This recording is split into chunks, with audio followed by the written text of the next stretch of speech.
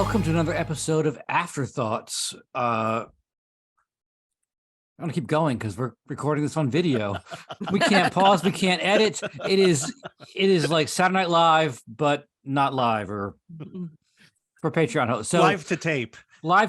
So once again, I'm joined with our co-hosts, Rick Leigh Johnson, and Charles Peterson, and we are going to be discussing episodes 84, I think, 85, 86, and 87, Bullshit Jobs, Fascism, and Death. Pretty much the whole gambit right there. So this is going to be a rip-roaring good time.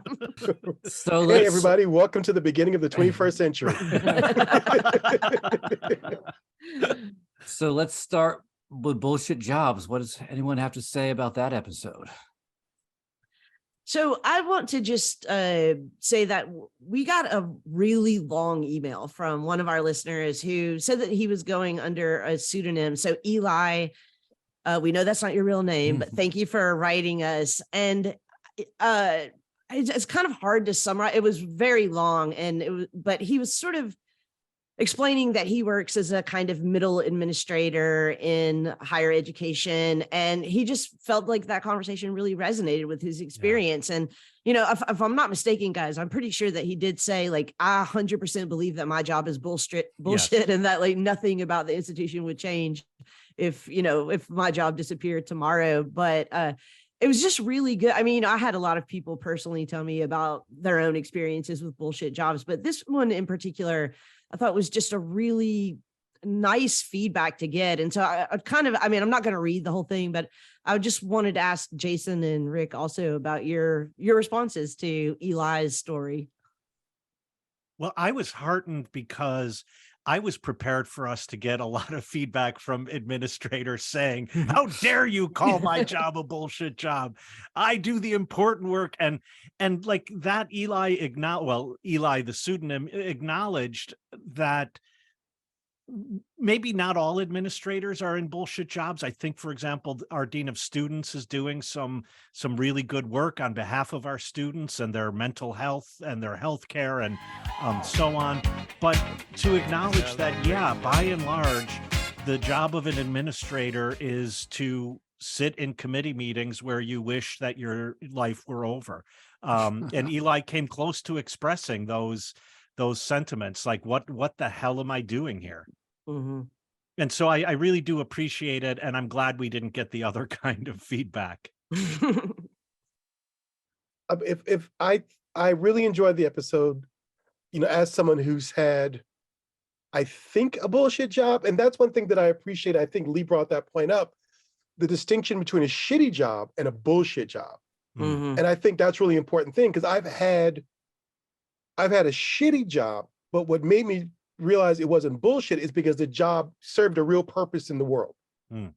That the conditions under which sort of I worked the job, or maybe the manager or supervisor made it shitty, but I knew that me doing this thing, no matter how redundant, repetitive, mundane, it contributed in some form or fashion, versus, right, I think what all of you agreed upon was a bullshit job. Right. So I think that was a really important distinction to make. And I wondered also, to what degree, in thinking about something as a bullshit job, is that because not necessarily because or just because of the actual function and the activity necessary to do the job, but maybe it's you got a terrible manager, maybe you have a terrible boss, maybe the conditions themselves, and with a change in those circumstances, maybe the job can begin to have some sense of meaning. And I think that's what the heart of what you're arguing was. What is the meaning of this job? What is the point of this? So I really respected that, and it certainly made me think about a job I had fresh out of college. I will not mention any names or the address of the gas station that I worked in the summer of 1988 on Taft Street in Gary, Indiana. Right across the street from the Burger King. Right across from the Burger King. But I thought that was an interesting distinction, right, between bullshit job and just a shitty job, but that may be necessary and may serve a larger purpose. But I thought that one of the things that Graeber, and by extension Jason, was trying to point out is that impulse to feel like we have to make meaningless jobs meaningful is part of the reason why we have so many bullshit jobs. Yeah. Yeah, we have to create more bullshit jobs in order to make the original bullshit jobs seem like they're not bullshit jobs. To legitimize. Until it's bullshit jobs all the way Right. down. The golden stream of shit that rolls down. Sorry about that. Yeah, I guess I was left thinking about times when a bullshit job isn't a shit job. I mean, I remember teaching part of this book once in my politics of work class, and one student said, I have another word for what he's calling bullshit jobs. They're cushy jobs. And he talked about how from the perspective of someone who's done a lot of, manual labor or food service labor, the idea of sitting someplace and answering a phone sounds pretty sweet. And, I've definitely had a bullshit job or two that was I had to do a lot of bullshitting to keep my day going, and that was frustrating, but it was in some ways not a very stressful job because the bullshit was so prevalent. There was never the sense that I had to do X because everything was kind of bullshit and everything could be pushed back or dealt with at a different time or so on. So I do think that some of as we're talking about the way in which the bullshit job definition comes from a pressure to find meaning in work, it also comes from an expectation that work should have some kind of meaning, as being one of the worst things that work could have. Whereas there are a lot of other things that could make work bad. It could be exhausting, it could be dangerous, and so on. And I think to some people, bullshit jobs might sound pretty sweet. The worst thing you have to do is fake it and not have to risk,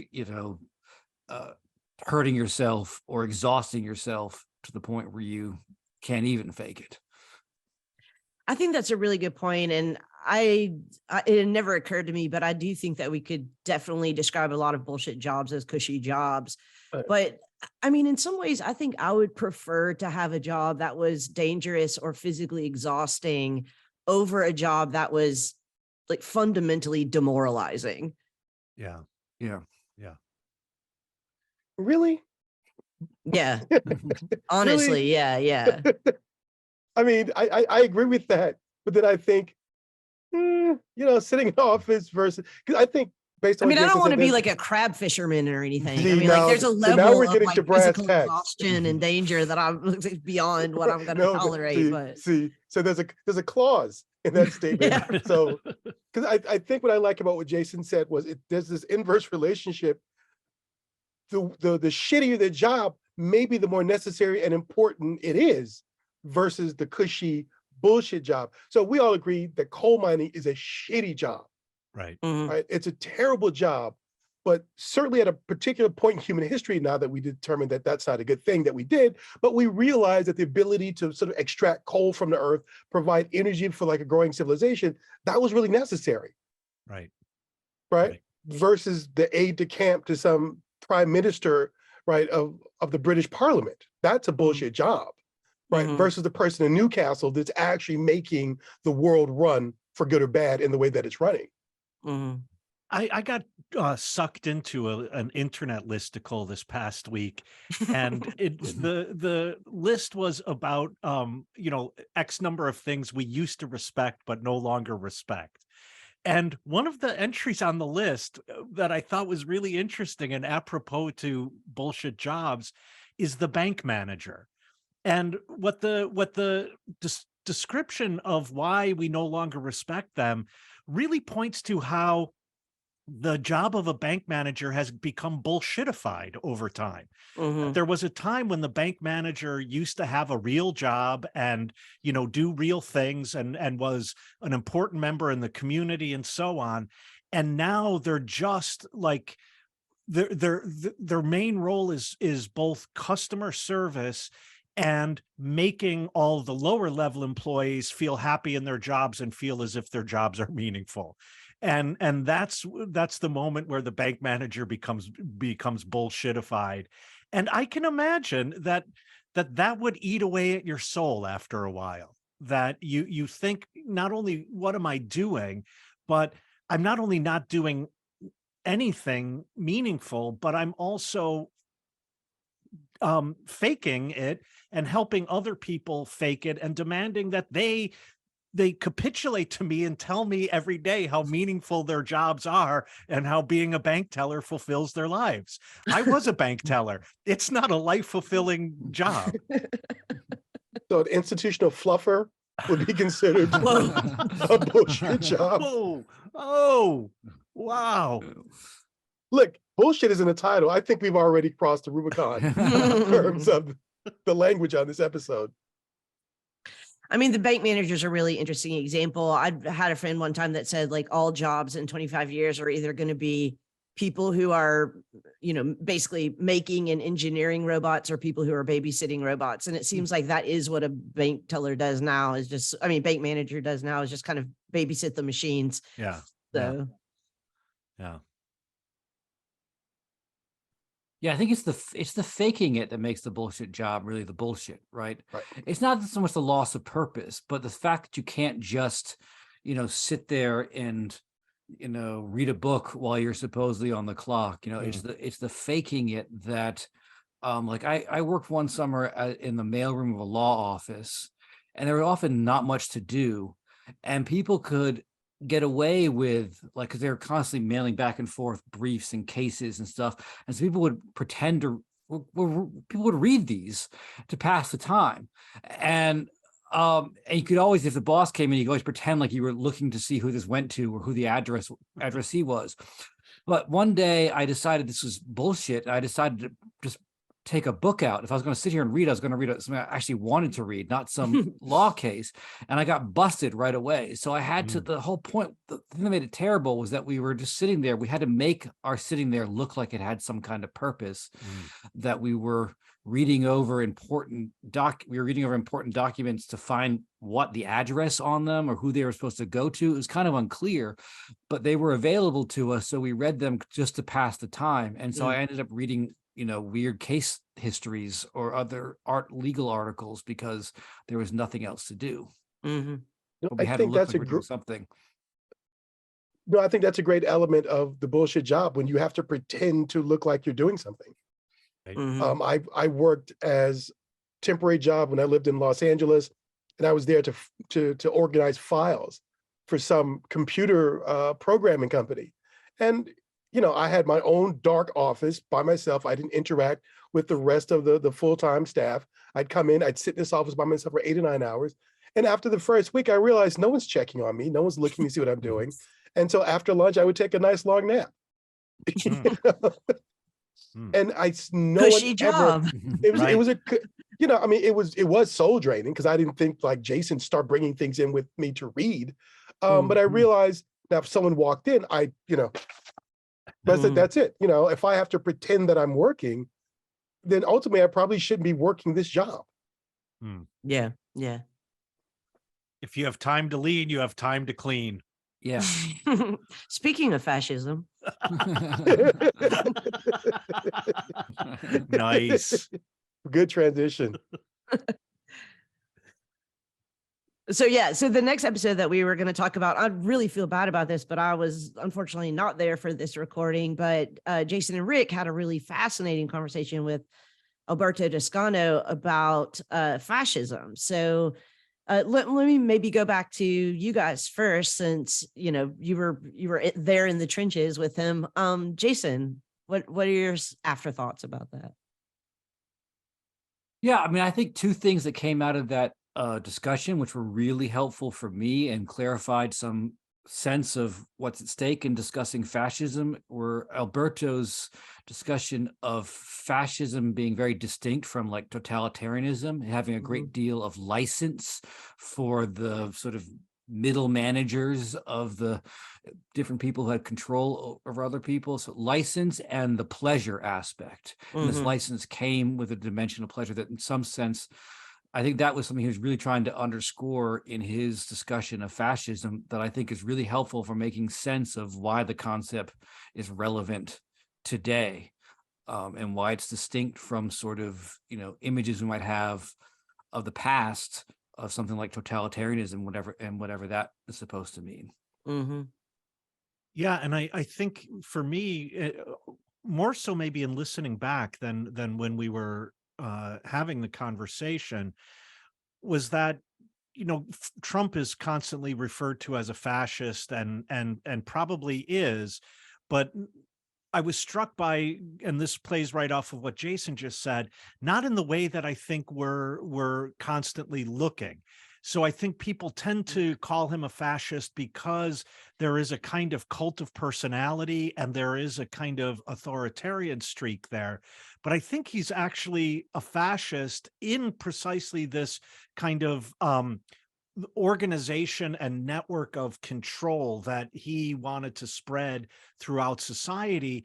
And this goes back to something that we talked about way back seasons ago in the episode on laughter, or comedy, namely the joy in which his audiences and his followers take in really scapegoating people, insulting them, goading them, and really bullying them, and that kind of pleasure that is being taken really came forward in relation to someone like Donald Trump. But also I think we have to worry about it in relation to people like DeSantis, who I love. Your love for Florida just shines through like the juice of an orange, Rick.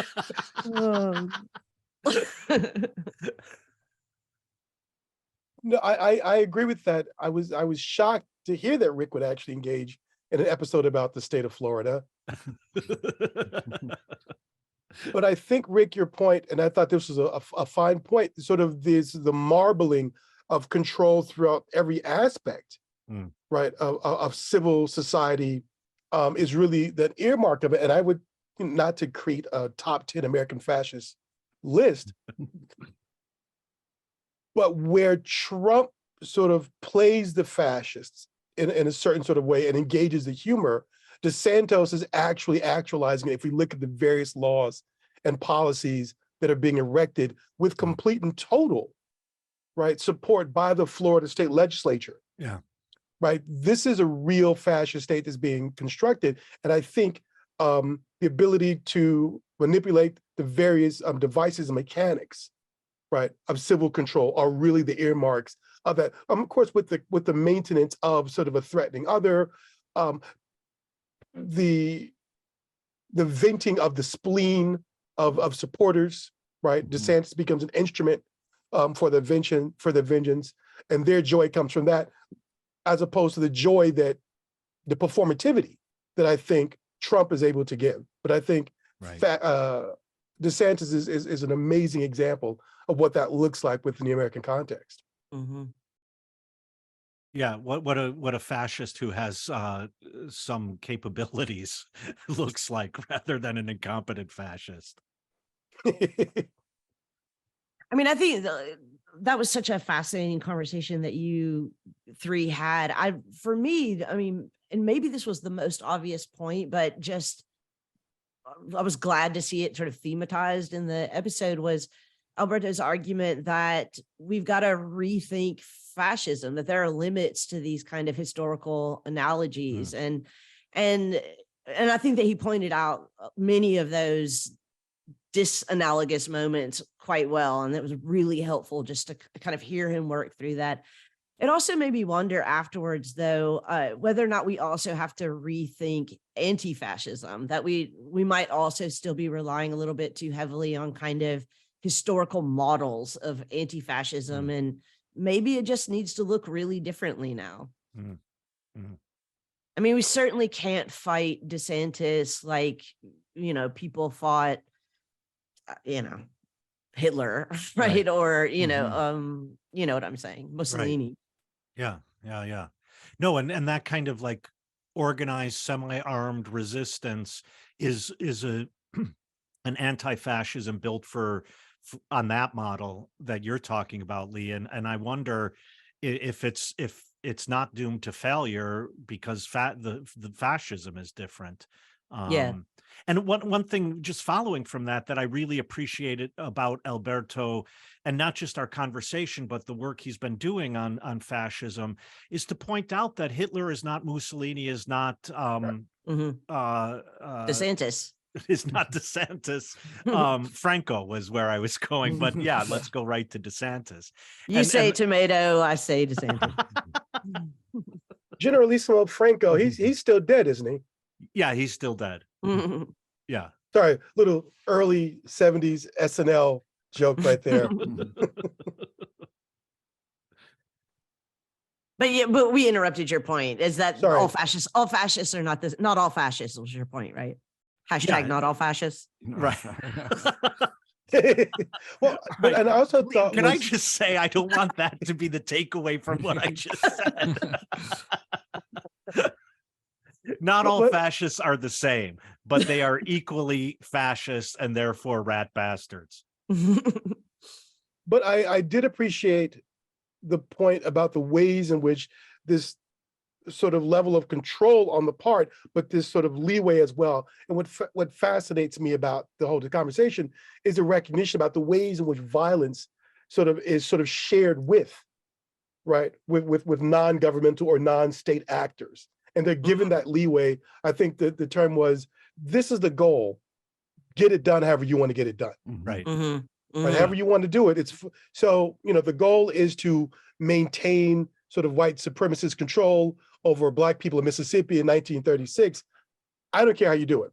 Voter suppression, economic exploitation, lynching, it's up to you, but let's just all arrive at the same endpoint. And I think that opens a door for this sort of the historical flexibility, right, and organic nature of fascism.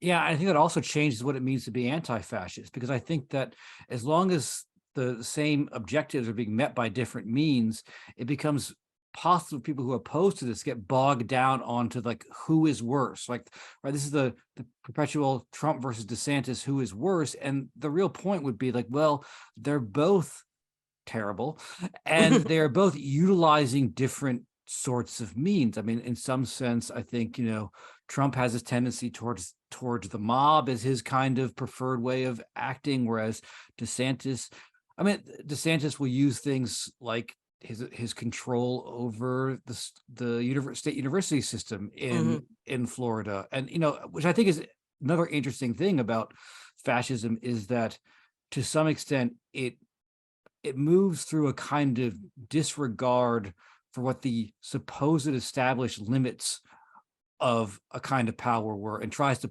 see how it's possible to push that power, right? Because state governors always have control to appoint people to the board of trustees, to their university system, and usually they hand out a few favors to some friends and cronies and donors, but by and large, for the most part, nothing really changes in the state university system. There might be some more aggressive cuts here or there or whatever, but I think one of the things that DeSantis has figured out is like, why not use this as a thoroughly politicized tactic, and in this name of this war against woke or whatever, and because there is no established sort of limitation on that powers, nothing says you can't use this to drum up a kind of proxy war, ideological battle and so on. No one says that. He goes right ahead and does it. And I think that Trump tended to use the sort of unenforced nature of norms, the sort of, as Hobbes says, promises without the sword but words, the unenforced nature of social norms to kind of do like just be a shitty person. DeSantis recognizes wherever there's not a force behind a norm, you can just step all over that norm. Right. That's such a good point. And, it's moves like that really kneecap the anti-fascists today, because like, what is our response to that going to be? Like, okay, everybody go to private colleges and universities, right? Like, that's not what we want to say, so, but there's no, we really, I do think of one of the sort of follow-up questions to this whole conversation should be not only how can do we rethink fascism, what fascism looks like now and will look like in the coming years, but what does anti-fascism look like? Yeah. Right. And I mean, what's it's- interesting to me about someone like DeSantis, and there are others, is that they are also the marble of the control mechanisms, the marbling of the control mechanisms, even extends into business, and Yeah. that's the moment where these the contemporary people we're speaking about are no longer conservatives. Because their private property is something that no longer has to be respected if we could trample private property as a means for exerting control. Mhm. And so all of these all of the laws DeSantis is making about business, and with the support of the legislature, that seem to be freeing business from having to do certain things, actually is also at the same time therefore necessarily controlling business. And that used to be like, for the Republican Party, that was like, lay off that. You can't say anything about business, let business be business. And now this kind of fascist maneuver even seeps into the control of business. And I'm glad you And- mentioned that. I'm sorry that DeSantis isn't alone, because we have to think about Glenn Youngkin Mhm. in Virginia, Right. and you know Mhm. his benefit is he's much more avuncular, Mm. right, than DeSantis. He seems like a much nicer suburban dad, you know, sweater vest, whatever. But he also is sort of radiating this type of control Yeah. in these soft areas of the body politic. It's not as dramatic, right? It's not as confrontational, right? But the same thing is sort of happening, which is a great example of the ways in which fascism sort of meets the moment, right? Exists in its own particular time and organization. I just want to get back to Rick's point just really briefly about how DeSantis is extending this sort of strategy into the business world, because, you know, this fight that he's picking with Disney is so bizarre on so many Yeah. levels. You know, I mean, it's almost a very good demonstration at how very good DeSantis is at what he's doing, that people are just like, yeah, okay, this makes sense. But I mean, DeSantis is basically going to Disney and saying, okay, first of all, I object to your brainwashing generations of children to, adopt your values, which, by the way, like Disney should have said, yeah, that's our model. That's always been our model. Nobody, was this ever a question next, but in doing so, he's clearly stepping over the line of the, classic kind of classic conservative, political conservatives, hands-off approach to state intervention and private business. But also, like, just like, what a weird thing to pick, right? Like Disney as like the wokest of the woke, yeah.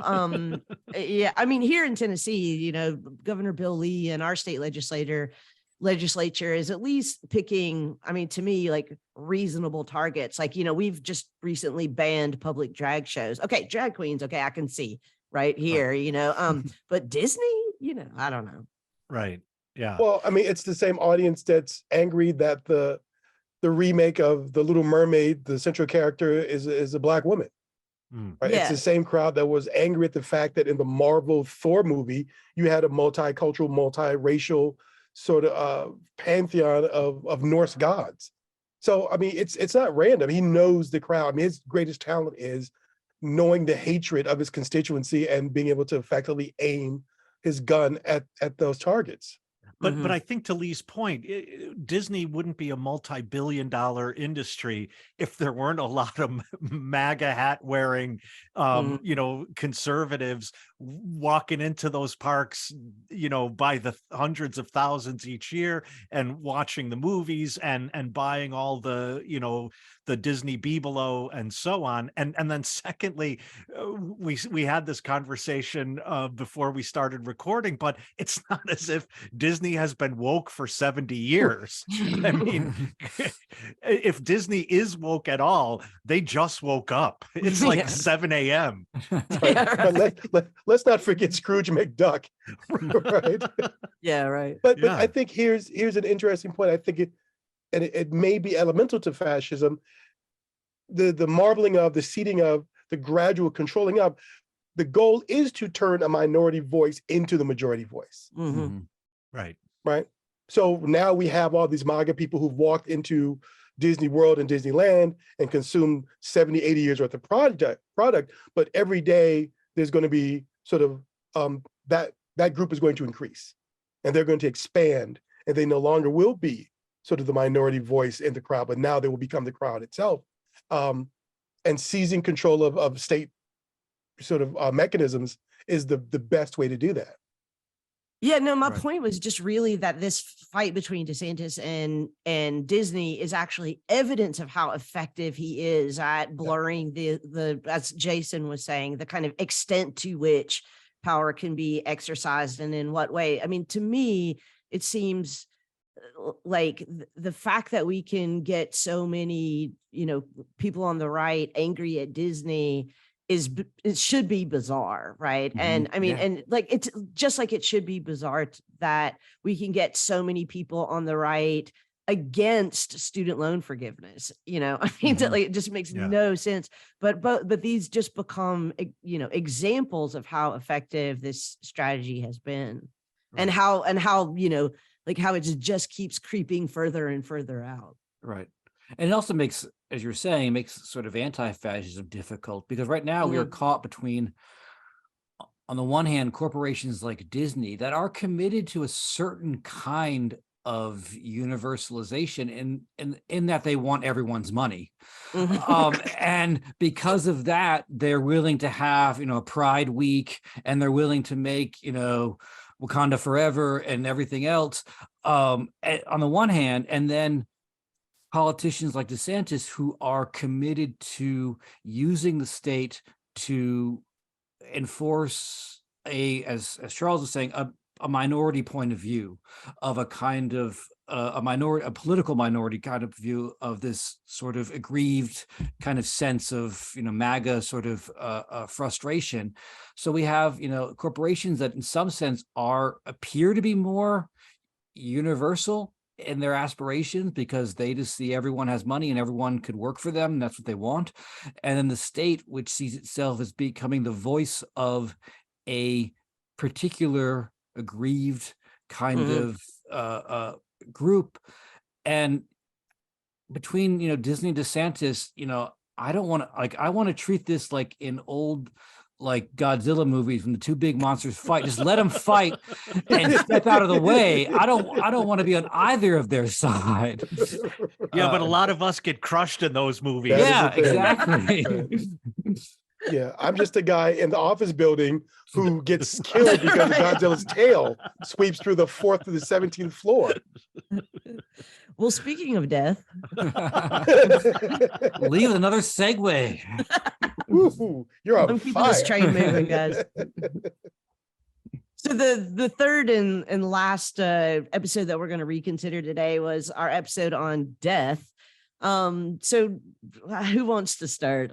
I feel like, who wants to start with that? I want to say one quick thing, because I was listening and there was a discussion about whether or not we would choose not to exist. Yeah. Which Leigh turned into kind of the overall damage of humanity to the world. I just want to be clear on the record that I definitely would choose to exist as long as human beings exist. But if I could choose for the non-existence of the human species on this planet, I would pick the non-existence of the human species on this planet. Fair. In terms of what it's done for all other living beings on this planet. I just want to say that I'm pro my own existence. But Jason, I feel like you're pulling a Kobayashi Maru here, and you're just changing the parameters of the thought experiment in order to get out of it. But point taken. Point taken. And Jason's like, look, if everybody else gets to be here and mess things up, I want to be able to mess things up. Part of it, and yeah, I mean, because I mean, it's another issue. I don't really think that. I mean, yeah, I live in the U.S. and so my carbon footprint, etc. But like taking me out of the equation isn't going to make things much better. So if all this damage is happening, I might as well go along for the ride and try to make things a little better in my own little way. Right. Fair enough. Yeah. No, and I think the point of the question, and as I said, it goes back to pre-Socratic philosophy and it gets rehabilitated and Kant even has to address it. But the point of the question is to actually sort of put death in a certain kind of perspective, because once we are existing, then it's a different question. Like, do you want to continue to exist? That's existentially different. It's affectively different. It's theoretically different, but it does really help put the question of whether existence as such is a value or not, or if it's only a value once something is existing. And I think that's the value of thinking that question through. Mhm.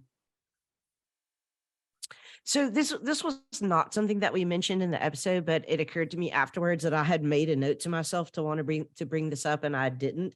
As I'm sure everyone here is aware, or except for Rick, because this has to do with TikTok. But on TikTok now, there has, I mean, not now, like in the last couple of years, I would say there's been this move to stop using either the word suicide or the word murder or kill or something. And now people talk about being unalived or unaliving yourself or unaliving someone. I mean, a real turn away from the kinds of names of, causes of death that would emphasize the death, and not the life. And I'm just sort of curious what your guys' reaction is to this new term, unaliving. Well, there's one context in which I understand what the problem is and why this is a solution to the problem. And that is that we are ceasing to use the phrase committing suicide. And I could see very good reason for that. But then the solution to that is not committing unaliving. The solution to that is death by suicide.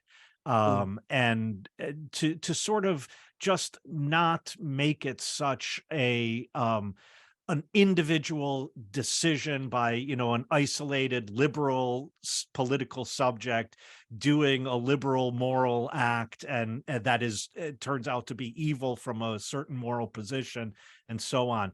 But the unaliving, I mean, I really do think, and I don't know if you're all aware of this, but I read Adorno a lot, and I think that unaliving actually covers over and elides an event that I think needs to be marked. And I don't know why we wouldn't want to continue to mark this important event. Yeah, I don't read Adorno, but I listen to Rick talk about reading Adorno a lot. And I do agree with Rick's point. I was listening to the episode and I felt like my perspective was a little different.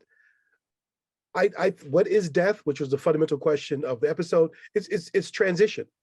I do like Leigh's idea about sort of reconfiguration. But for me, death, it's just change, and not just change, because we understand all of, especially if we're talking about the death of people in our community, other human beings, animal life. It certainly, I don't see it as an end. I see it as becoming something else. And that allows for me to not embrace, but to accept it, right? And I try not to fear it.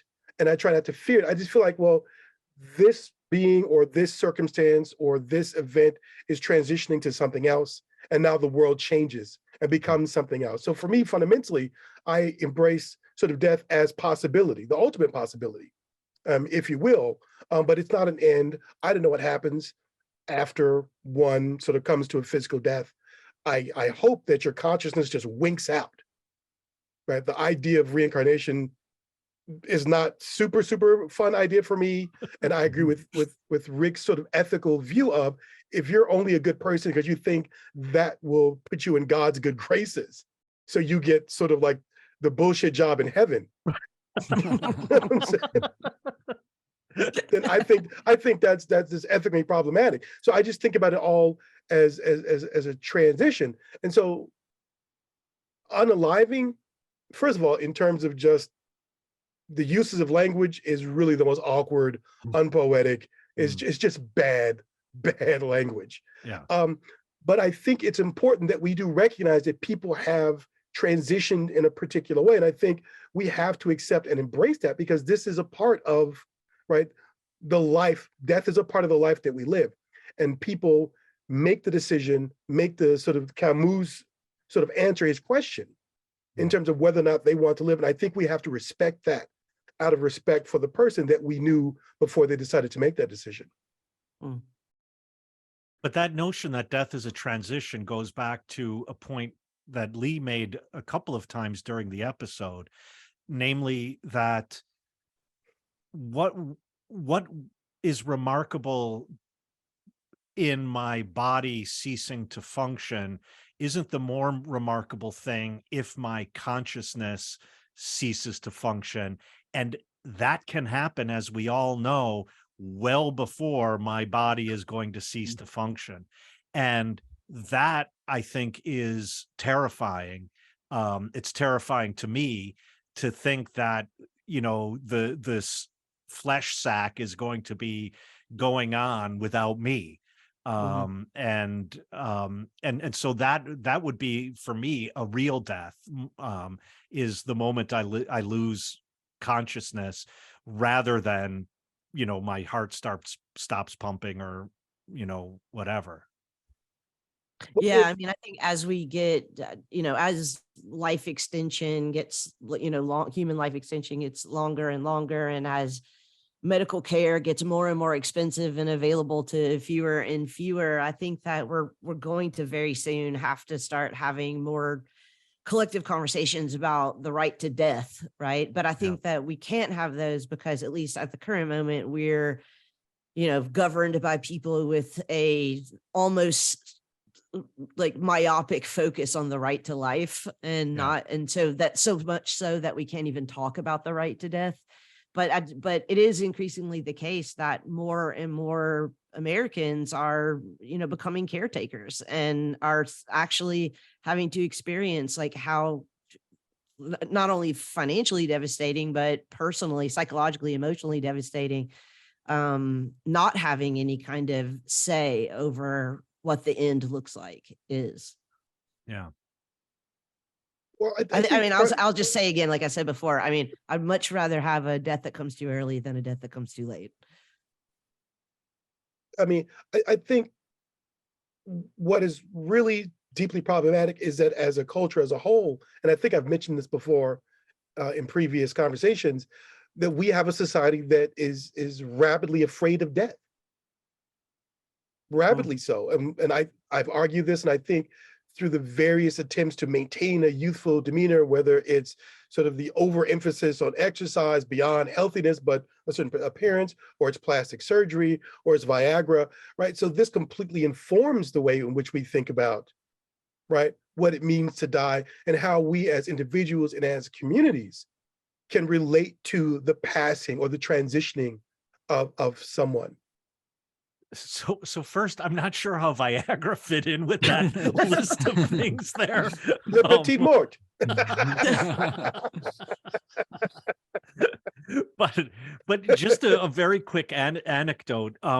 There was a philosopher, John McDermott, who was a scholar of the American pragmatic tradition, and he took up a kind of existentialist thread in the American pragmatic tradition.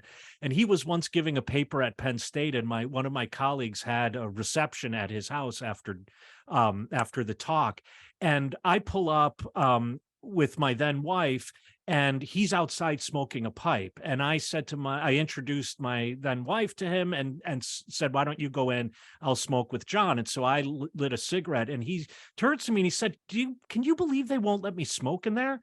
I said, "Well, some people just don't like the smell of smoke." He's like, "That's not fucking it. Those people in there, they all think they're not going to fucking die." Exactly. But I don't think we should seek out death, but if you choose to, that's your decision. But understand, it's a part of this existence. Non-existence is a part of existence. So I think if we shift that, then our way of approaching and thinking about death will be revolutionized. I think maybe Says the guy who assumes he's going to live for another 40 years. Yeah, right. I think that maybe the one kind of point of, it seemed like to me, disagreement between, I think Jason and I were on one side of this and Rick was on the other, was on about this idea of a, what we were loosely calling a non-biological death, like a social death or something like that. And I, suggested to Rick that, that he sort of had a commitment that like bordering on a religious belief that there was, as long as somebody wasn't biologically dead, that it was impossible for them to be dead in any other way. I mean, there was always a possibility of a kind of, resurrection of a relationship or something. And I just am wondering, having heard it back, listening to the conversation the second time, whether you still think that's true. I actually think I'm more committed to my position, but in a slightly different way, because in a sense, when we started talking about a social death, one of the reasons why I think that the word death there is metaphorical is because it's not the end of a relationship, it's a different kind of relationship. And as long as there still is a relationship, there are possibilities within that. And where there aren't, like I can't have a relationship with my father. And, he and I didn't get along very well. I mean, we weren't fighting, but we just didn't like one another. But that's that's never going to change, right? And that's because he's dead. And so I think I should have not said that that can be resurrected, but that as long as relationships are possible, they can always transform. Mm-hmm. No, I agree with Rick, because I think about, to me, death becomes, and whether it be a social death, non-biological death, right? It's an irrevocable change, right? You've crossed a line where there's no way that things can return to or even become similar to what they once were before. And I agree with that. And I have people that I feel I'm never going to have a social relationship with them again. Like metaphorically, they are dead to me and I'm probably dead to them, and it's all for the better. But I still know, in this Disneyfied way of thinking about things, there's still the possibility that we could come to some sort of terms, that we can reconnect, that we can sort of restart a relationship. That's not irrevocable, versus the fact that as Rick so eloquently put it, this meat sack, you poet, you. Right? I guess because once these processes shut down, it's done. It's absolutely done, unless you're a metaphysician. Wait a second. I guess I mean, I do hear what you guys are saying, and I suppose even now, even on the kind of re-articulation of it, I would still want to say that that is still, to me, very not that much different than people who may believe that there's an afterlife to our physical life, after our physical death. I don't know, but there's a possibility that there may be. I mean, that's a kind of belief structure. And I guess I want to say that I think those are more similar than I think you want to allow for. Okay, but I have never seen anyone come back from the dead, and I have no empirical evidence that there is a life after this. On the other hand, there have been in my life people, and I'm thinking of one in particular, who was dead to me and I was dead to them. And we have not restarted a relationship, but we have found a way to be friends again. And so I in that sense, I know it's possible. Whereas I have the possibility of knowing whether there's an afterlife or people come back from the dead, I've never experienced that, and there's no evidence of that. As you say, it suspends I have to suspend the laws of physics, where I don't in relation to someone with whom I was incredibly close. We came to not just a falling out, but a death. And we managed to come back, And so that's, given my experience, I have to say that it's possible. I mean, I guess not to be too ticky-tack about this, but I guess like my response to that would be, then you weren't actually dead to them and they weren't actually dead to you. You know, you were like in critical care, but but it wasn't a death. So, but it, you know, again, like, I don't know that this is something that I want to, you know, like, I want to, this is not a hill I want to die on. But okay, everyone, come on, get out the death sort of like quotes. Come on, let's get it out of our systems. So I'm leaning closer to Leigh in the sense that I'm sorry, to Rick, in the sense that I do think that it's a metaphor when we talk about people being dead to us. It's a way of figuring a kind of absence or loss. But I will say that I still think that there is a kind of irrevocable loss of not other people who can always kind of re-enter, but I think irrevocable loss of who we once were. I mean, I think that the one thing that we cannot do is step backwards and become a different way of looking at things. And I think that to add this to Charles' point about, I do agree that we live in a nation that's or a country or a culture that's in some sense in denial of death. I would add it's in denial of death and weirdly unable to mourn its own childhood, in the sense that sometimes you have to just accept that the things you once liked as a kid, they're never coming back to you in the way they once were, because you're never going to be able to. I mean, it's how I feel whenever people talk about Star Wars things. I always say, yeah, I was 7 when I first saw Star Wars. I will never be able to recreate that moment of, and it was, it blew, it rocked my world, and nothing they make, no matter how good, will ever be able to do that, just because I can't be 7 again. And I'm fine with that. I'm fine with putting away, you know, childish things and just sort of moving on.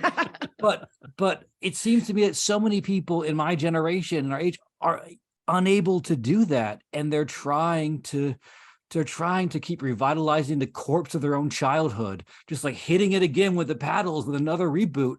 And it's not coming back. Yeah. Well, Right, while America, we're come speaking on. of our letters to the Corinthians, no, I'm just kidding. right. No, I completely agree with Jason, and for myself, you know, definitely in agreement. It is time to sort of face facts about the nature of the society and sort of the circumstances in which we exist. And to me, that means you have to embrace death, right? You have to embrace that there's going to be a line of change and transformation that no one, right, physically, right, is going to return from. I think the question of relationships, back to Rick's point, that's a different question, right? Crossing a room and saying to someone, hey, you know what, I made a mistake 15 years ago, can we work it out, is not the same as the rock being rolled from the tomb. You know what I'm saying? Wow. And on the Holy third cow, day. this got religious fast. Lordy bagordy, boys. Well, and that may be part of the problem, that the ways in which we can most consistently, commonly talk about death are through the Judeo-Christian texts, right? That we have not quite found secular ways of talking about sort of death in the same pervasive, commonly understood and held ways. Although I do, okay, so I do think that we're seeing a lot of interesting things in film and television now, though, about what a non-monotheistic afterlife might look like, what a digital afterlife. I mean, we talked about this, what a digital afterlife might look like. I mean, one of my favorites was there was this HBO series called Years and Years, or I think that's what it was called, where it kind of looked forward in the next 20 years or something. It started with like Trump declaring nuclear war, and then it just kind of went forward very quickly. But in 20 years time, you know, people were basically getting, I think it was like liquefied, like after they died. And I mean, their consciousnesses were being uploaded to the cloud, and then their bodies were being liquefied. And I mean, you know, we are starting to think about, you know, a different kind of denial of death that's not like a belief in an afterlife. Right. like of the sort that we see, for example, in Christianity.